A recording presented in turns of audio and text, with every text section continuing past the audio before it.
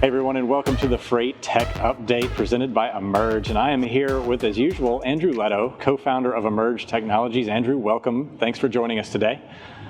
Thanks, Zach. Appreciate it. So let's dive right into it, man. So how are y'all doing this year, and how are y'all coping with the crisis right now? Well, we're a startup. We're 3 years into this.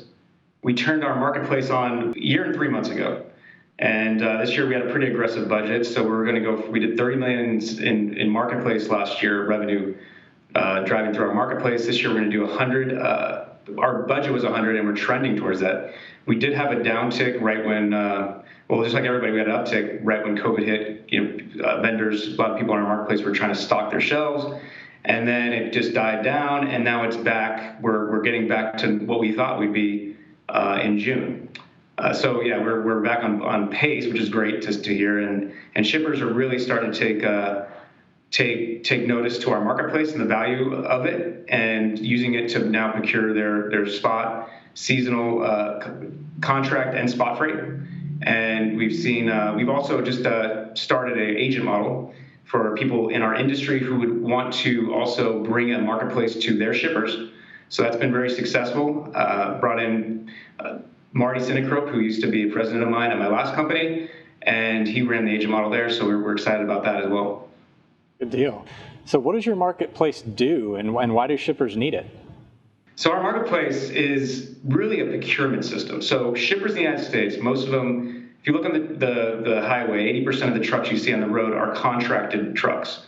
So that means the shipper's gone out for bid, and they usually do it once a year or seasonal, but typically once a year they go for a bid.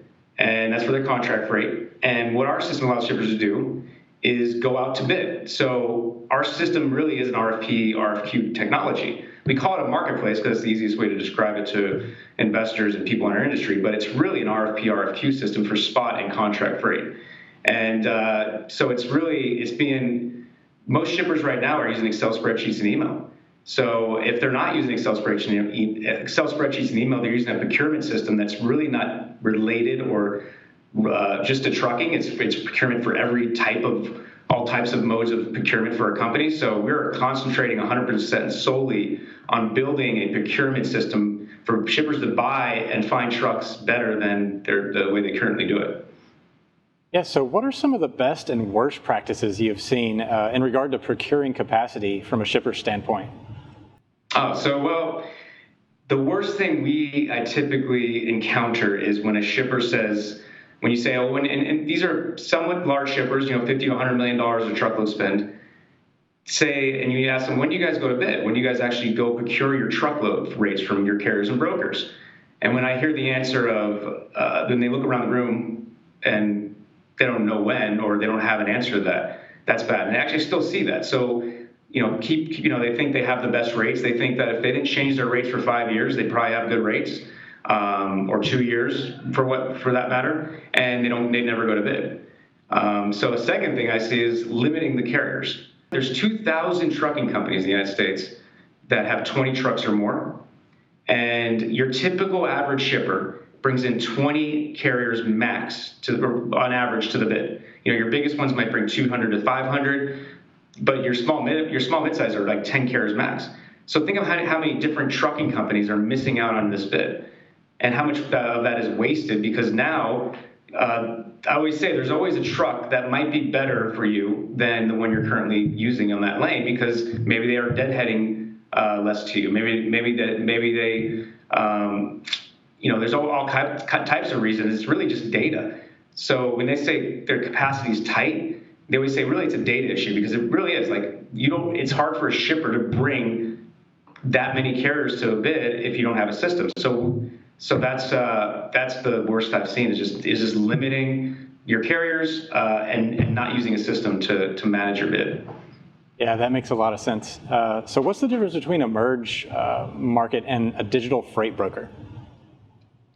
Everybody always asks that, especially investors. Are you guys a digital freight broker? And the answer is we kind of are, but really we are a digital freight broker, plays inside of our marketplace. So if you're a shipper and you come into our marketplace, you bring in all your carriers and brokers and your digital freight brokers. And there's really not a big difference between a digital freight broker and a regular broker. The only thing the digital freight broker is trying to do is get the carriers to go on to their system and buy the loads.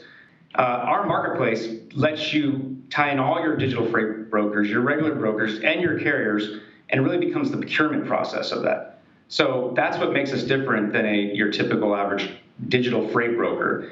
And how we make money and how we bring value to the shippers, we bring a network effect to the shipper. So shipper A brings in 20 carriers and shipper B brings in 50 carriers. Now shipper B's 50 carriers could trade with shipper A and vice versa, and it matches and this way you're only getting new carriers bidding on your freight. So we become a procurement system for the shipper. So we welcome digital freight brokers. As a matter of fact, all the digital freight brokers are on our system every day. We have APIs to them, and we're just a procurement system. Wow. Well, thank you so much for all that information, Andrew, and hopefully continued success here as we progress through this COVID-19 or post-COVID world. And thank you for viewing. And as usual, check out FreightWaves.com for any future freight tech updates.